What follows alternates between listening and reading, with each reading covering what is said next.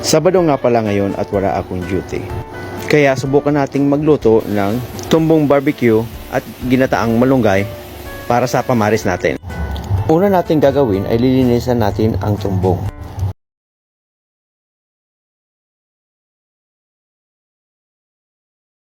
Magkabilaan pala natin lalamasin. Binalawan ko pala yan ng maigi magkabilaan. Sa tansya ko, mahigit 5 beses. Pakulang lang natin, lalagyan natin ito ng tanglad, luya, bawang, sibuyas, paminta, asin, at yung annatto seeds or annatto powder. Lagyan nyo din pala ng laurel at ng tubig. Mga 2 baso lang. Takpan natin. Habang pinapakulaan natin ang tumbong, lutuin naman natin ang ginataang malunggay. Naglagay lang ako ng gata sa kawali, bawang, sibuyas, paminta, at yung dilis, at siling labuyo. Halu-haluin lang natin ang gata upang di mamuo.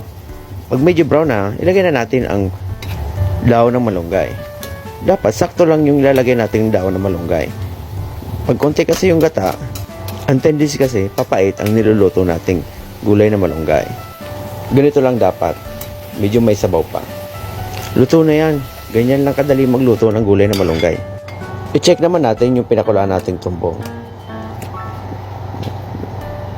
Dapat ganyan lang yung natutusok na.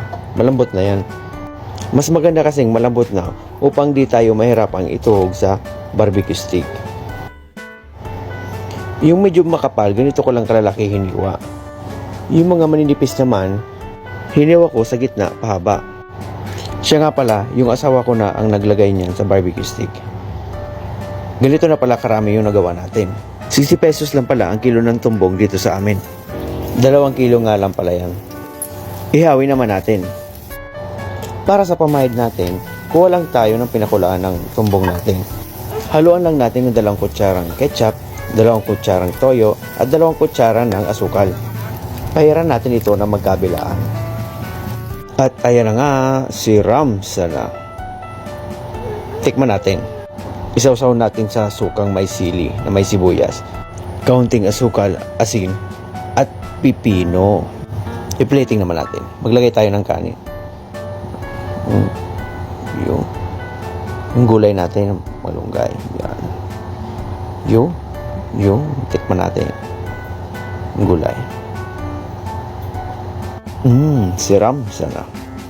Barbecue naman. Si Ramsa na.